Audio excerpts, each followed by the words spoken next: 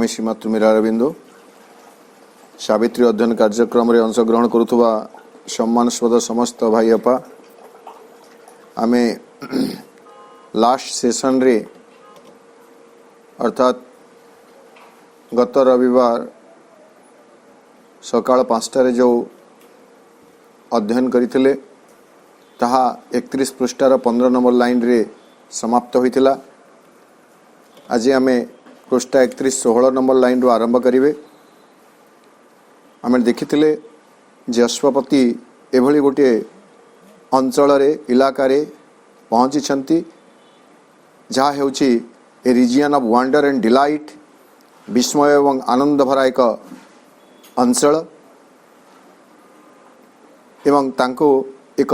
स्वच्छ स्पष्ट दृष्टि तांक निकट आसी पहुंची जाइछि। All now his bright clear audience could receive a contact thrilled of mighty unknown things. महान अज्ञात वस्तु सकलर स्पर्श रे से पुलकित हेबाकु लागिले। से जो रियल्स रे से पहुंची थंती रीजन रे से पहुंची छंती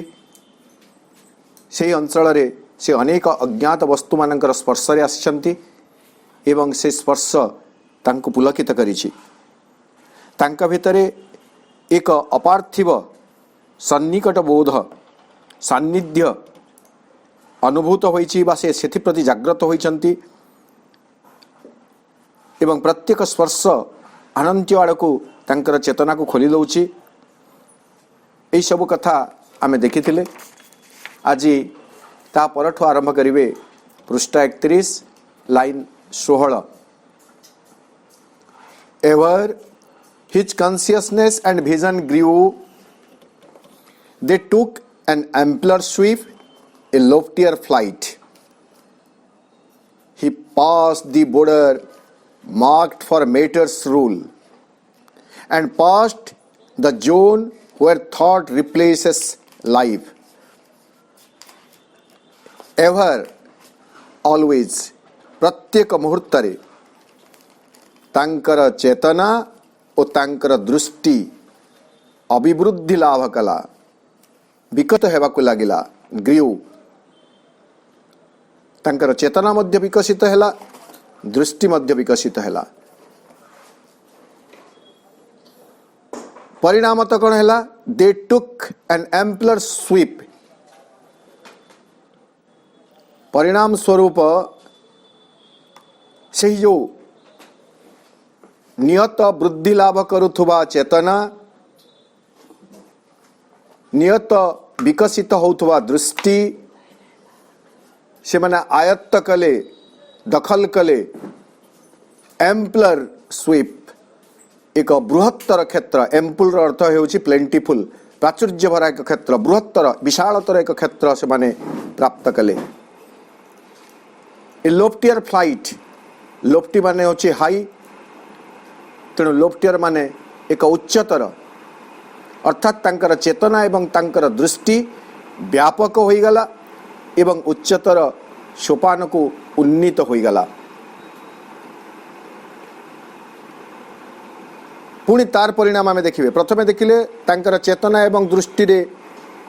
अभिवृद्धि घटिबा जोगु एक व्यापकतर क्षेत्र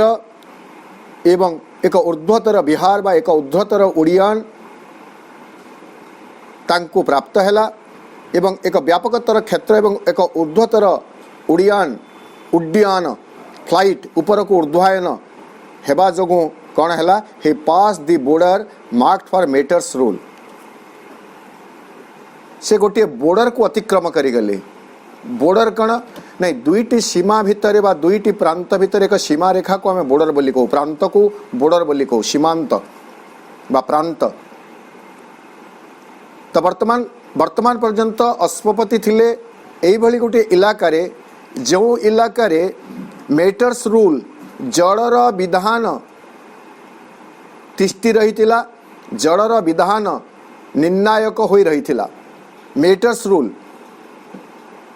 अर्थात आमे सहजरे जदि बुझिबा पे चेष्टा करिवे आमर पार्थिव जगत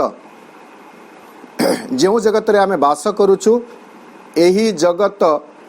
मैटर्स रूल जड़र विधान द्वारा परिचालित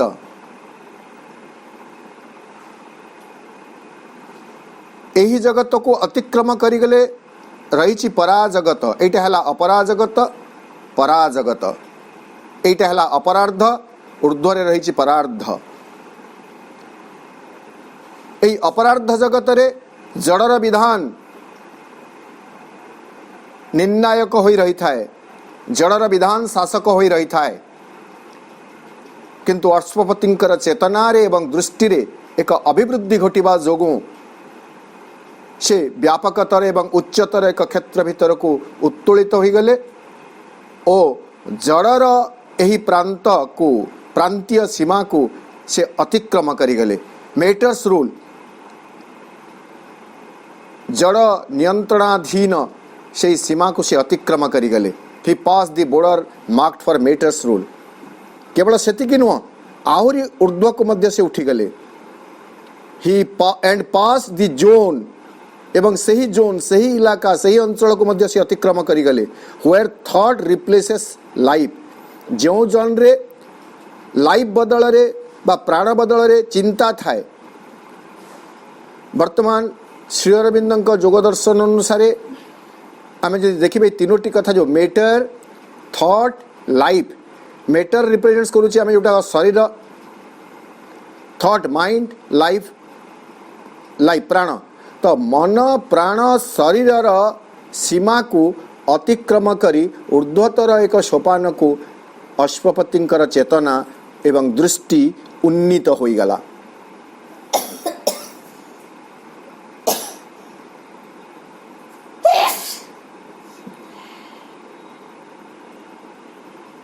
से चिंतार जगत रे रहिले नहीं,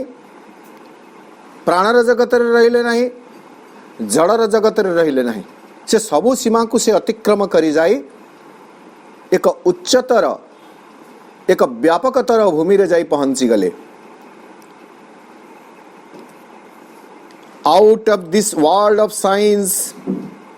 suddenly he came into a silent self where world was not and looked beyond into a nameless vast। एठारे पुणे दुईटी कथा कहगला। Out of this world of science, संकेत, साइन माने होची संकेत, SIGN साइन। एठारे सब संकेत रही यही जगत जो जगत रे आमे रहूछु, आमे जहा किछि देखुछु ताकू आमे जेमिति देखुछु प्रकृत रे ताहा हेउचे एक अन्य एक सत्यर संकेत। मोटामोटी भाव में यहाँ बुझे आम जो सजीव निर्जीव वस्तु सकल देखुचु से माने हेले प्रकृत रे ब्रह्मंकर एक एक संकेत, किंतु से एठारे अनेक संकेत माध्यम रे निजको प्रकाशित करिसंती एवं आमको संकेतटी वास्तव भली जना पड़ुछि। पशु पक्षी को देखिले आमे पशु पक्षी बोली चिन्हुछु, वृक्षलता को देखिले आमे वृक्षलता बोली जानुछु, मनीष को देखिले आमे मनीष बोली जानुछु। किंतु यही मनीष हो पशु पक्षी हो वृक्षलता हो यह होची एक संकेत। तो यही जगत होची संकेत रे परिपूर्ण होइतिबा एक जगत। Everything is a sign. There is a deep meaning hidden within it. प्रत्येक संकेतर अंतर रे एक गूढ़ अर्थ निहित होई रहिछि। तेणु संकेत भरा यही जगत को जगतरु से ऊर्ध्व को उठी गले। सडनली ही केम एवं आकस्मिक भाव में तत्क्षण से आसी पहुंची गले को जगह रे इनटू ए साइलेंट सेल्फ। से आसी पहुंची गले एक नीरव सत्ता भीतर को, ए साइलेंट सेल्फ, नीरव ब्रह्म भीतर को। एवं तार अवस्थिति केमिति, तार स्वरूप केमिति, वेयर वर्ल्ड वाज नॉट, सेई ठारे ए स्थूल जड़ विधान द्वारा परिचालित संकेत भरा ए पार्थिव जगत आउ नथिला। Where world was not, in the region of that silent self there was no world governed by matter's rule. There was no world picked with thoughts. There was no world vibrating with the vibration of life. It was a region of silent self. से एमती गोटे जगार पहुँची जाइछन्ति जहाँ थिला एक silent self, एक नीरव सत्तार एक प्रांत, एक नीरव सत्तार एक अंचल जो स्थूल पार्थिव जगत नथिला। एवं से देखिले 2 नंबर कथा कौन है, एंड लुक्ड बियॉन्ड, से जगार पहुंची से देखिले लुक्ड बियॉन्ड, ऊर्ध्व को देखिले, तार ऊर्ध्व जहाँ रही, तार सेपारी रे जहाँ रही, एवं तार सेपारी कौन अच्छी, इनटू ए नेमलेस भास्ट, एक नामहीन विस्तार भीतर को से दृष्टिपात कले। अर्थात यही जगत को आम चिन्हीचु ना देचु पृथ्वी बोली बा स्थूल जगत बोली, जड़ जगत बोली, मर्त्य जगत बोली। वर्तमान यही जगतर मन प्राण शरीर प्रांत सबको अतिक्रम करी अश्वपति जितेबाला सेपारिस्थ एक प्रांत रे जाई पहुंची जाइछन्ति जोठारे जगत नाही, से जगत को कौनसी ना दिया जाई पारु नहीं, नेमलेस भास्ट। एवं तार कौनसी परिसीमा परिधि मापिबा सहज नुह। आमे तो पृथ्वीर परिसीमा परिधि मापी देइछु, भूगोल आमको बतैछि, विज्ञान आमको बतैछि, किंतु ताहा थिला नेमलेस, नामहीन, अनाम एवं भास्ट, विस्तार, विशाल, अतिकाय, विस्तारपूर्ण एक अंचल से जाई पहुंची, जो विस्तृति को मापिबा सहज नुह एवं ताकू वर्तमान पर्यंत नामित करा जाई पारि नाही। And looked beyond into a nameless vast.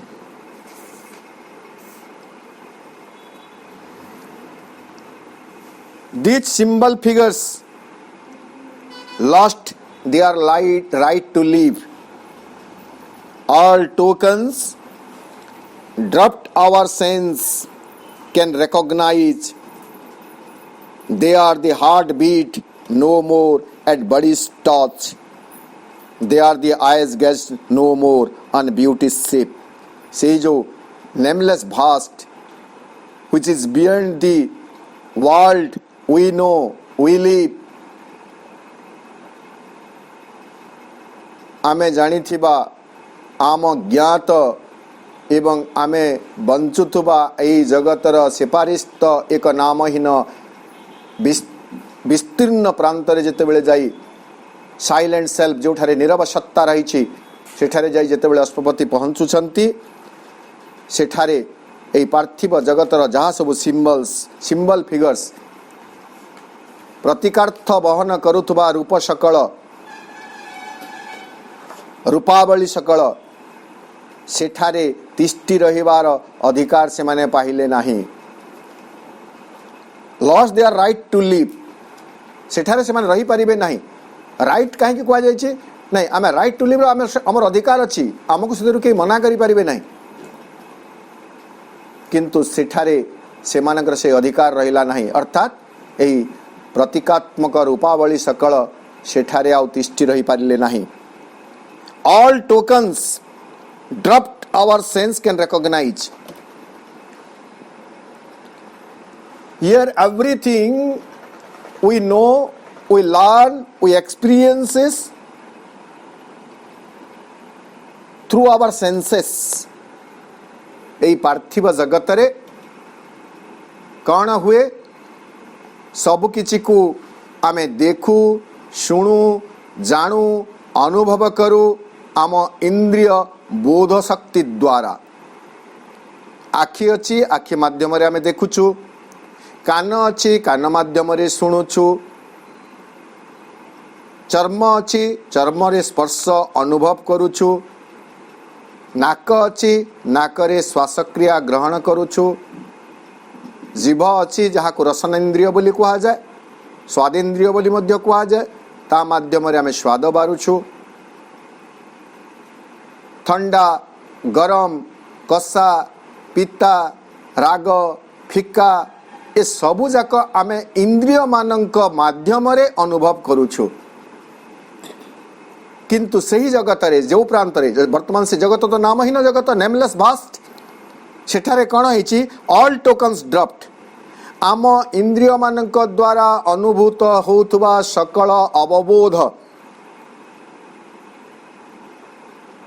इंद्रिय माने अनुभव करि पारुथुबा सकल अभिज्ञान सेठारे सते जेमिति खसी पड़िला अर्थात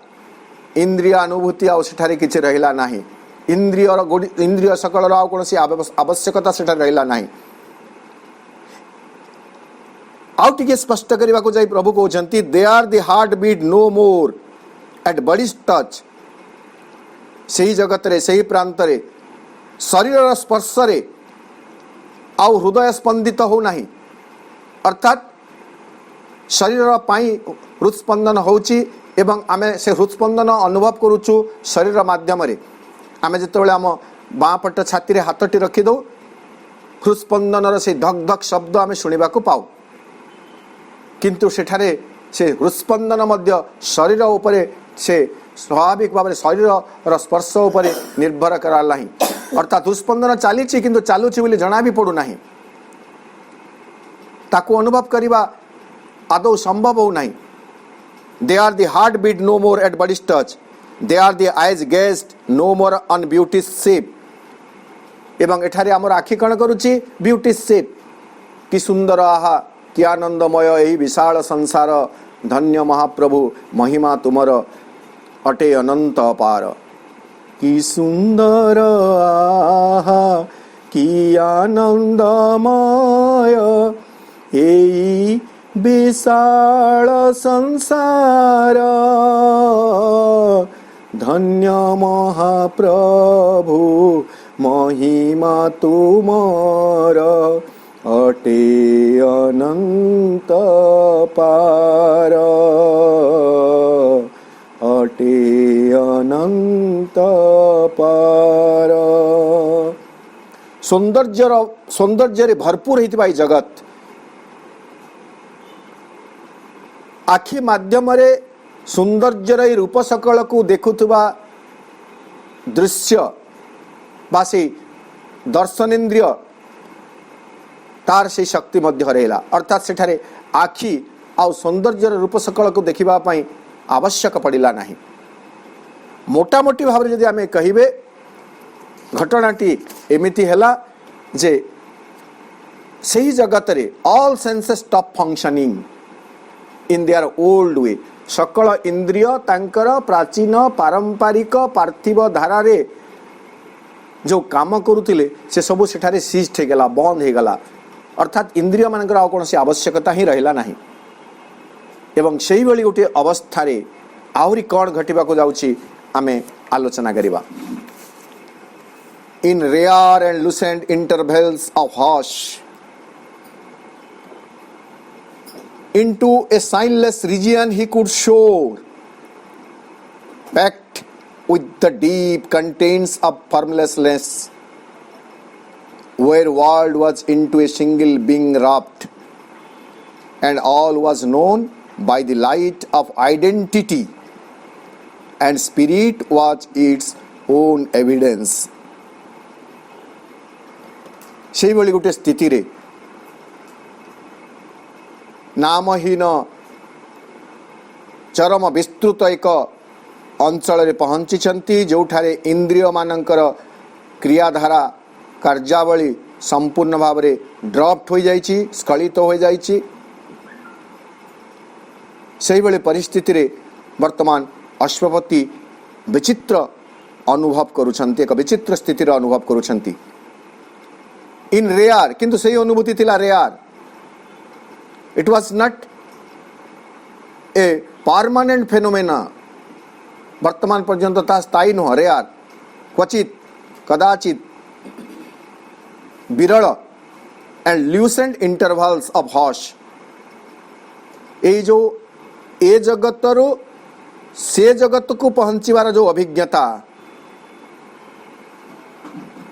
यही अभिज्ञता सेते बेले तांक निकट को आसुथला जेते बेले एक विरल ज्योतिर्मय मुहूर्त अवकाश भरा एक मुहूर्त तांक निकट रे पहुंचुथला एवं से अवकाश थिला निस्तब्धता रे भरपूर निस्तब्धतार विरल और प्रज्वल एक अवकाश जितेबाला तांका चेतना रे आसी पहुंची जाउतला सेतेबेले सही स्थिति को से उपलब्धि करुथिले into a signless region he could soar सेतेबेले ही से साइनलेस निसंकेत बा संकेतहीन एक मूलक को से सोर माने ऊपर को उठी उड़ी जीवा shoring high shoring of birds पक्षी मानकर सोच उड़ान को शोरिंग बोली कहा जाए तो तांकर चेतना एक संकेतहीन मूलक को उठी चलुला जो मूलक पेक्ट खुंदी होकर भरी होकर रही भरपूर होकर रही with the deep contents of formlessness भरी होकर रही माने किसी गोटे फॉर्म थी रूप किंतु सेठारे गभीर कंटेंट्स विषय सब रही जहाँ सब है फॉर्मलेसनेस रूपहीनता बा रूपहीन रूपाकारहीन एक गभीर आयतन भितर को से प्रवेश करी जाउथिले बा आयतन भितर ताहा पूर्त होई रहितिला भरपूर होई रहितिला पेक ठेकी रहितिला where world was into a single being wrapped ଯେଉଁଠାରେ एकक सत्ताटी भितरे एई समग्र विश्व थिला निमग्न रैप्ट RAPT रैप्ट और रैप्चर बहुत जगह रैप्चर राफ्ट शब्द श्री अरविंद सावित्री महाकाव्य रे वर्णना करिसंती एकक सत्ता अर्थात सब किछि से एकक सत्तार भितर ही निमग्न हो रही तो से राफ्टर अर्थ गोटे प्रकार सीज्ड भी हेबो मो देखुଥିଲି राफ्टर रेप्टर रेप्टर होची गोटे प्रकार पक्षी शिकारी पक्षी जे ऊर्ध्वरे उड़ू थाए तले तार शिकार थाए बा खाद्य थाए आमे चिल हो कि बाज पक्षी कथा कही पारिबे सेमिति रैप्टर्स माने थान से मानको रैप्टर्स बोली कहल जो माने ऊपर उड़ू थांती तले तांकर खाद्य थाए एवं से माने ऊपर थाई ताको निरीक्षण करू थांती गोटे समय से माने तत्क्षणात दे स्टॉप को जो से माने सीधा सड़क आनत हो आसंती एवं तांकर शिकार को धरिक से माने सीज कर दियंती आबद्ध कर दियंती एवं धरिक उड़ी जालते ठीक सेमिति ए सिंगल बीइंग एकमात्र सत्ता तांका भितरे ए समग्र जगत where world was into a single being wrapped जोठारे से एक ही सत्तांक भितरे ए समग्र जगत थिला निमग्न आमर पौराणिक परंपरा रे भी कथा रही आम जानू सृष्टि काल रे भगवान निज भितर सृष्टि को संभव करती एवं प्रलय काल रे निज भितर को सृष्टि को पुणी टाणी आणती से मर्मर भी आम बुझे यही समग्र जगत से एक ही सत्ता भितर निमग्न होइथिबार से देखिले and all was known by the light of identity वर्तमान आम देखिबे जे सेठारे इंद्रिय सकलंकर कौनसी आउ भूमिका नथिला सेमानंकर कार्य फंक्शनिंग गोटे प्रकार बंद हो जाइतिला स्टॉप्ड हो जाइतिला ताहले जानिबा शुणिबा अनुभव करिबा सेठारे केमिति संभव होतला नहीं सेठारे संभव होतला सेठारे गोटे मात्र सूत्र थिला एंड ऑल वाज नोन सब किछि ज्ञात होतला केमिति by the light of identity it is very interesting by the light of identity एकात्मतार एक आलोकरे सबु किछि सेठारे ज्ञात होउथला and spirit was its own self evidence एवं ए सब जानिबा शुणिबा देखिबा अनुभव करिबा ए सब होउछि बोली केमिति जानुथले जेहेतु इंद्रिय मान तो ताहा करू नाहंती एकात्मतारे सेही सकल कथा ज्ञात होउछि ए सब घटुछि बोली किए जानिछि नहीं and spirit was its own self evidence spirit आत्मसत्ता चेतन सत्ता से ही थिले तांक निजर निजे साक्षी सेल्फ एविडेंस ये जो आइडेंटिटी नॉलेज बाय आइडेंटिटी कथा मध्य कहा जाए नॉलेज बाय आइडेंटिटी प्रकृत ज्ञान आम केतेबेले प्राप्त करिवे जेतेबेले जो विषय ज्ञान आम अर्जन करने को चाहूँ ता सहित जितेबेले एकात्मता लाभ करिवे सेतेबेले आमको से ज्ञान संपूर्ण रूपे प्राप्त हुए। एकात्म लाभ न करी इंद्रिय मानकर माध्यम जो ज्ञान आम अर्जन करूँ ताहा निश्चित भाव में भ्रांतियुक्त हो रही थाए। व्यक्ति चेतनार अवस्था उपर निर्भर करे से भ्रांति केते परिमाण रे रहिबो केते शतकड़ा रे रहिबो। जदि जणे उच्चतर चेतनायुक्त व्यक्ति होइथिबो तार इंद्रिय सकल को व्यवहार करी से गोटे वस्तु विषय जो अभिज्ञता बा जो ज्ञान अर्जन करिबो गोटे परिवेश विषय गोटे परिस्थिति विषय जो ज्ञान अर्जन करिबो से ज्ञान हुए तो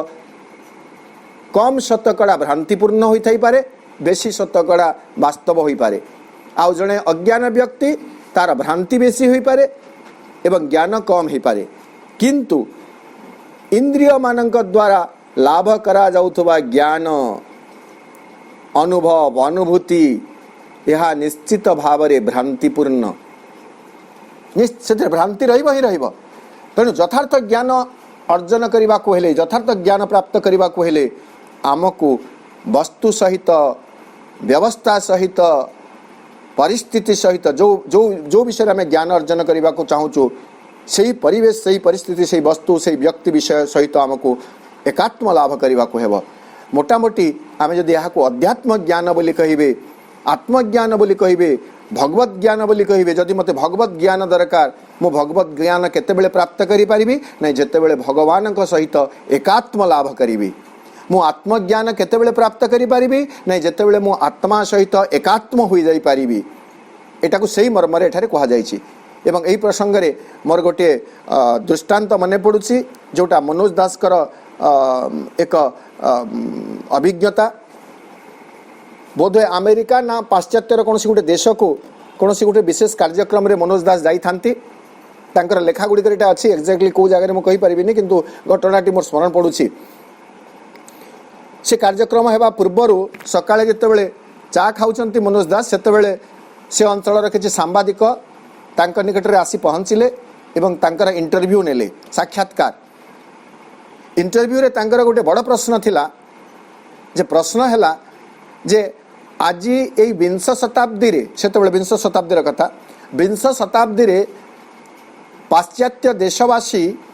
आधुनिक गवेषणागार रे विभिन्न वस्तु गुळबा वस्तु ने गुळ्म लता वृक्ष आदिर गवेषणा करी सेमानकर मौलिक गुणधर्म रोग निराकरण जो तांका पाखरे शक्ति सामर्थ्य रही से वृक्ष गुळ्म लता आदि रे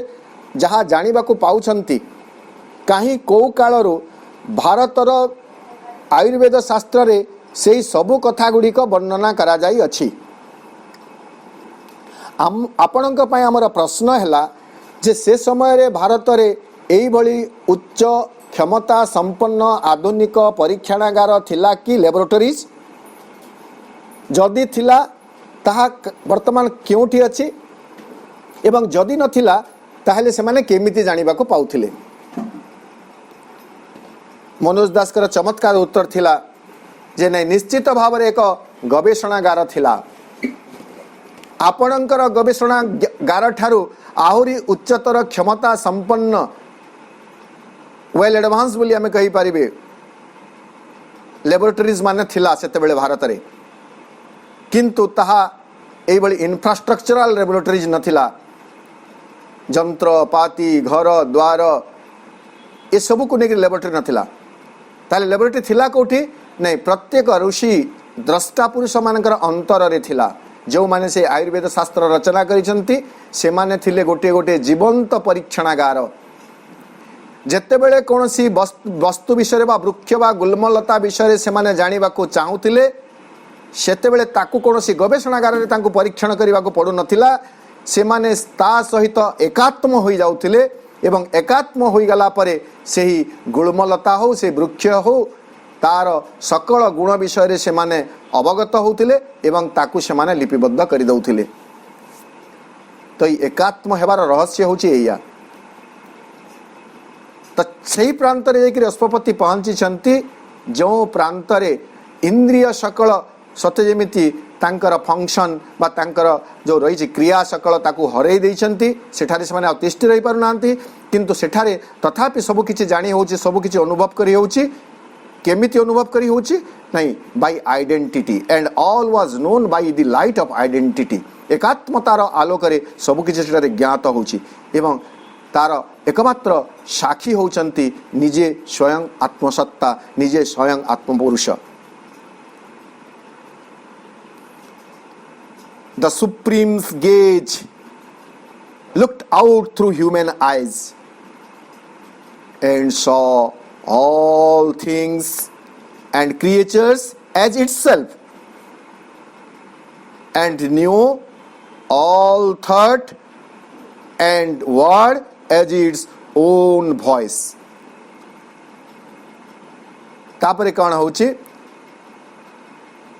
The Supreme's gaze looked out through human's eyes. Human eyes वर्तमान ह्यूमन किए ह्यूमन होचंती अश्वपति वर्तमान आउ अश्वपति तांकर स्थूल चक्षुर घटना गुड़ी को देखु नांती वस्तु गुड़ी को देखु नांती वर्तमान तांकर से दृष्टि शक्ति को किए अधिकार करी नैछि नै दी सुप्रीम्स गेज परमंक दृष्टि वर्तमान अश्वपति दृष्टि माध्यम रे सबु किछि को देखिबा को लागिला। अर्थात वर्तमान अश्वपति जो चक्षुरे देखुଛନ୍ତି से चक्षुटी अश्वपति अधिकार नहीं ताहा परमंक अधिकार रही एवं परमंक दृष्टि ही अश्वपति चक्षु को अवलंबन करी सबु किछि देखिबा को लागिले। प्रकारांतरे आम पाई इंगित मनुष्य जितेबेले चेतनार एक ऊर्ध्व स्थिति रे पहुंची जाए सेतेबेले तार दृष्टि एक मानसी दृष्टि न होई सेतेबेले ता एक दिव्य दृष्टि रे परिणत हो जाए परमंक दृष्टि रे परिणत हो जाए एवं परम जेमिति जगत को देखंती जगत को जानती मनुष्य मध्य सेमिति देखिबा को जाने सेमिति देखे केमिति तार बरवर्ती वर्णना रहला and saw all things and creature as itself. जेतेबेले अश्वपतिंकर दृष्टि शक्ति को परमंक दृष्टि अधिकार करि नेला एवं अश्वपतिंकर आखि द्वय को व्यवहार करी जेतेबेले परम दृष्टि तांकर सब किछि को देखिबा को लागिले सेतेबेले कोन देखुचंती सॉ ऑल थिंग्स सकल वस्तु एंड क्रिएचर्स जीव सकल एज इटसेल्फ से निजे ही ताहा बोली से अनुभव करूछंती।